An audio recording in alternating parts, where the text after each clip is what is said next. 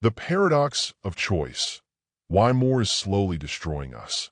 There was a time when freedom meant survival. One path, one job, one town, one life. You did not choose because there was nothing to choose from. And strangely, people were calmer.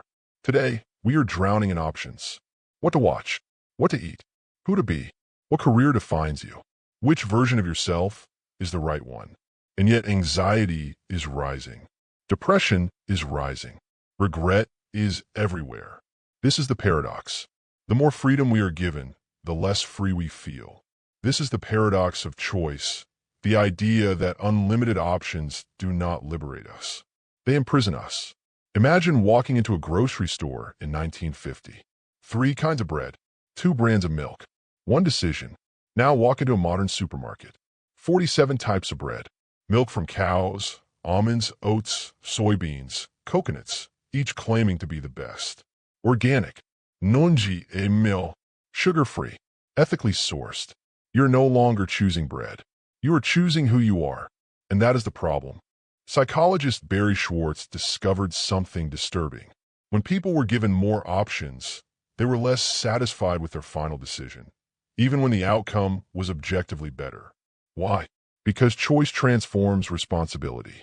When there are only 2 options and one fails, you blame fate. When there are 1,000 options and one fails, you blame yourself. Every choice creates a ghost. The life you didn't live, the relationship you didn't pursue, the version of yourself you abandoned.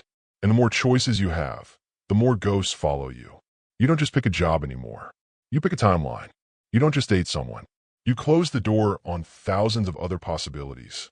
And somewhere in your mind, a quiet voice whispers, what if you chose wrong?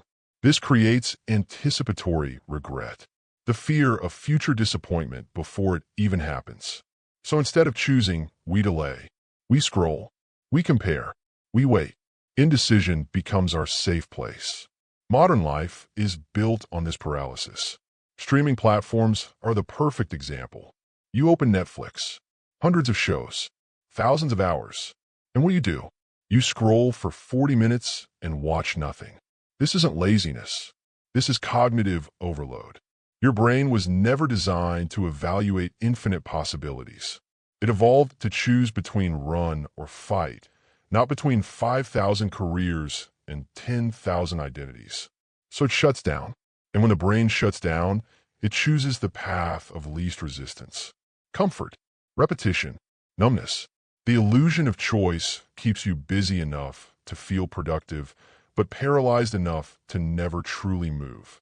Social media didn't just give us options. It gave us comparisons. You're no longer competing with people in your town. You are competing with everyone on Earth at their most edited, filtered, and artificial. You see lives that look better than yours, bodies better than yours, successes faster than yours. And suddenly, every decision feels insufficient. You chose this life, but look at all the others you could have chosen. This breeds a quiet, constant dissatisfaction. Not because your life is bad, but because it isn't perfect. And perfection is the cruelest option of all. Because it doesn't exist. The lie we were sold is simple. More options equal more happiness. But happiness doesn't come from optimization. It comes from commitment. From choosing something imperfect and standing by it long enough for meaning to grow. When you always believe something better is waiting, nothing is ever enough. Relationships become disposable. Jobs become temporary. Identities become costumes. And the self becomes fragmented. You are everywhere and nowhere. The escape from the paradox of choice is not having fewer options. It is choosing deliberately. It is accepting loss, accepting trade-offs, accepting that every choice kills 1,000 others. And that is not tragedy. That is life. Freedom is not infinite possibility. Freedom is limitation chosen consciously. Because a life without commitment is not free. It is empty.